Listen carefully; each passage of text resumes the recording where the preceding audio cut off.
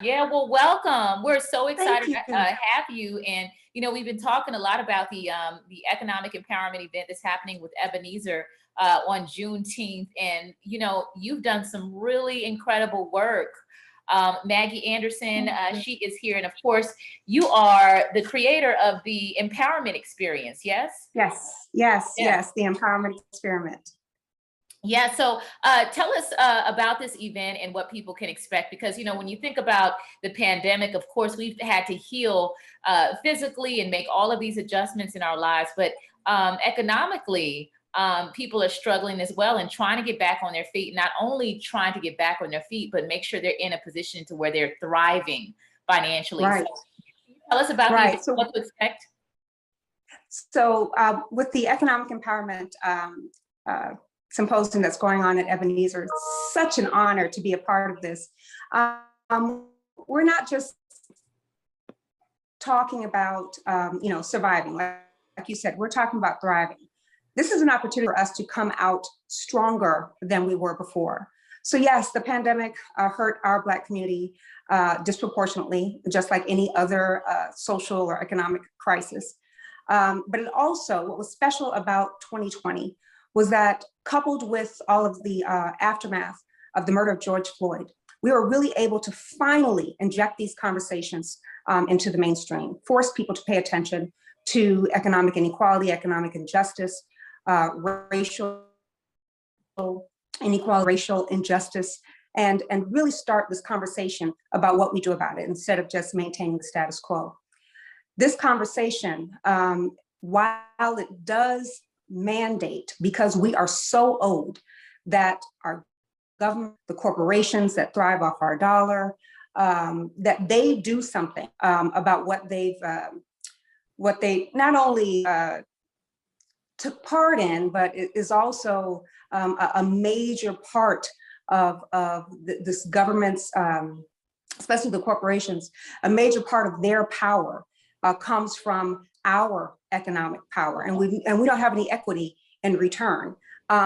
While we are owed, the conversation also needs to talk about what we're going to do, what we're our accountability, our responsibility, our duty to our people. How do we redeem all of the blood and brilliance of our ancestors and the businesses they built, the businesses that helped us earn our freedom, the businesses that absolutely funded the civil rights movement, the businesses that came out of Juneteenth. What are we going to do to respect them, to honor them? Those banks, those Black-owned banks used to have 120, now we have less than 20. What are we going to do to honor them?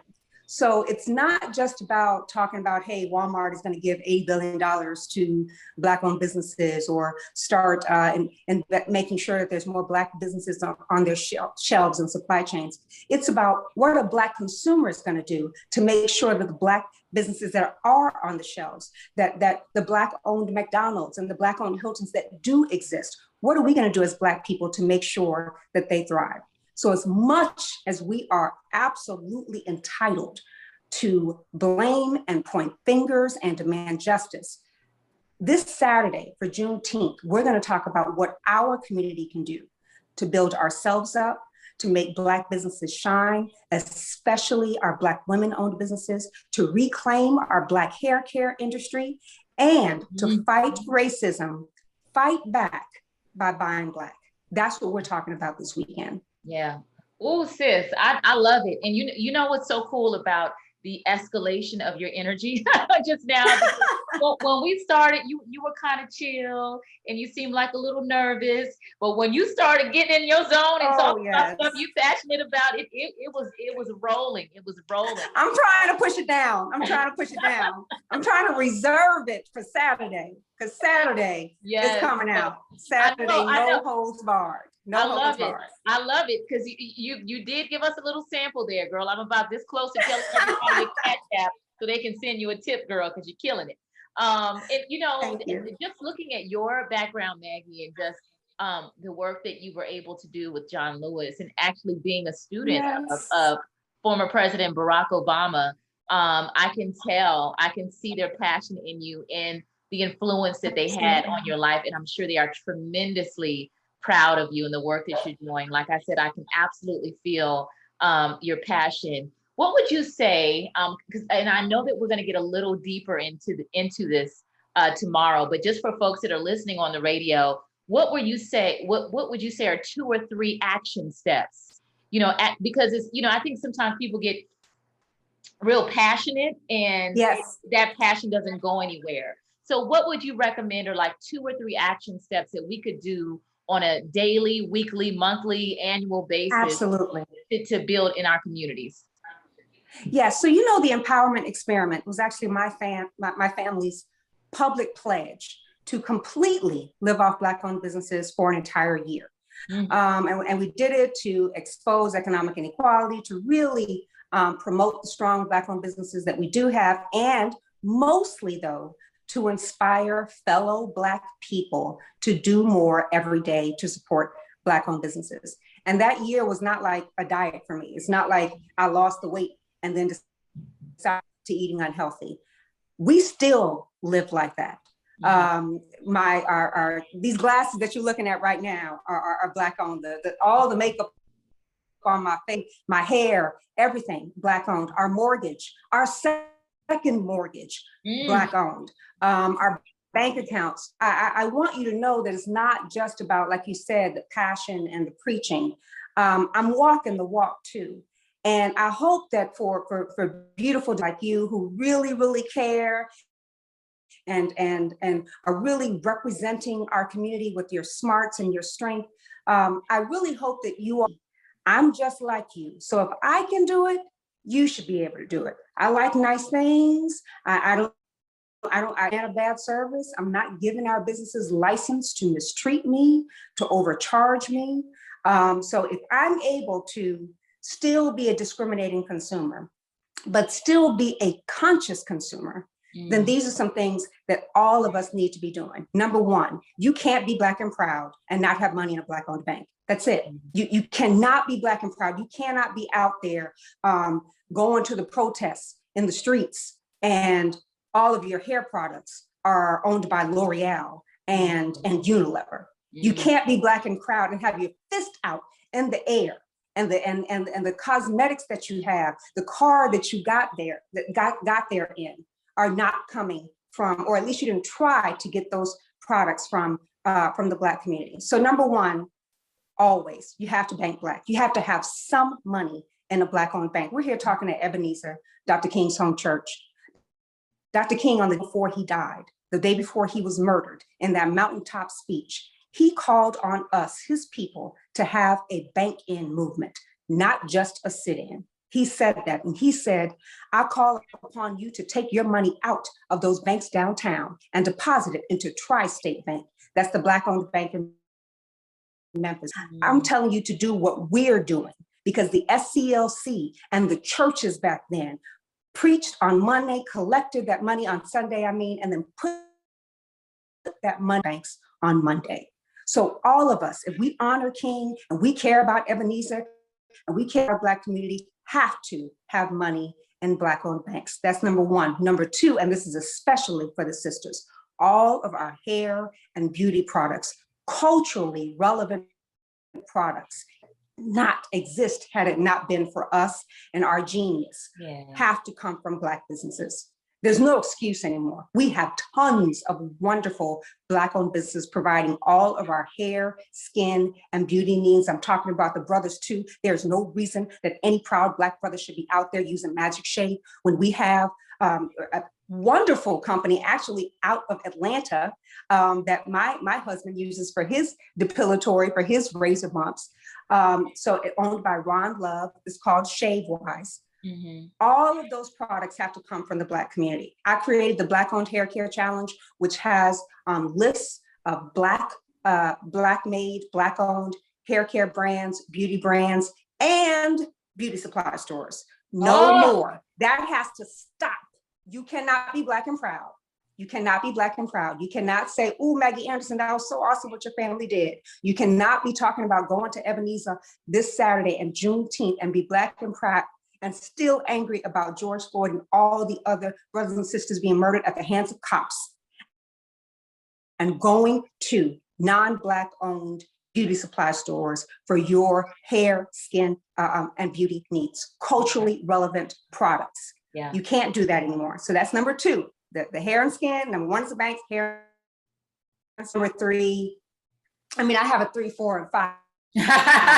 But number three, I would say, if I have to pick a number three, I would say just, and this is real basic, all of our, the professionals we use, contractors, they really need to come from the community. That you can't be Black and proud and not have, and if you have insurance, not have a Black insurance agent, not have, not use Black attorneys, Black doctors, Black dentists, Black orthodontists, Black gynecologists, like all of mine are Black. And it did take some time to find, but we do have resources. Some of those resources are on my website, but there's blackdoctor.org. You can find a Black doctor there. National Bar Association has lists of their Black attorneys. So you just have to make the investment, make the time, but you need to make a commitment that all of the professionals that you engage for your business and personal needs are from our community. And the point is, when I say it, it may seem like it's overwhelming, but this is exactly how our Jewish friends live. This is exactly how our Asian American friends live. This is exactly how our Hispanic brothers and sisters live. I know because my family is Cuban. This is exactly how they live. This is why they have more economic power. This is why they have more political power. This is why the racists would not dare shoot and kill their people in their streets, in their communities, like they do us, because they have an economic foundation to build from. So those are top three things: the banks, beauty, all your beauty, hair, all those products, and make sure all the professionals you engage come from the community. Yeah. And if you want more, go to my website, ourblackyear.com, which is the name of my book, or authormaggieanderson.com. I love it. I love it. And thank you so much for that. I'm just, as I'm listening to you, I'm just, I think that everyone needs to go in to this symposium tomorrow with an open mind and an open heart, and just be kind of willing to acknowledge that we could be doing more. Even, I think sometimes people are like, well, my nail technician, she's Black, and that's great. But are there more things that you could be doing? And I remember when I switched, I do t-shirts, screen printing, and I switched and I started working with a Black-owned company, and it was a little bit of a drive, but I said, you know what? They matched the price of my previous screen printer, and I'm just gonna work it out. And sometimes, like you said, awesome. it's a little bit of work, but I built a whole business, Maggie, off of the back of Black women.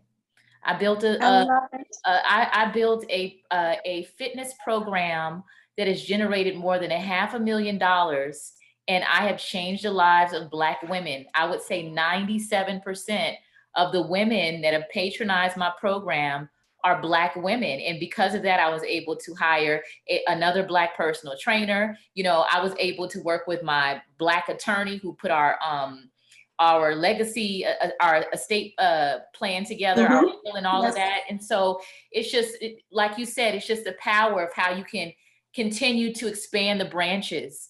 And I just love your passion so much, Maggie. I feel like I could talk to you forever, but I know one of my coworkers is Wade, because you have back-to-back interviews this afternoon, do you? Yes. Yeah.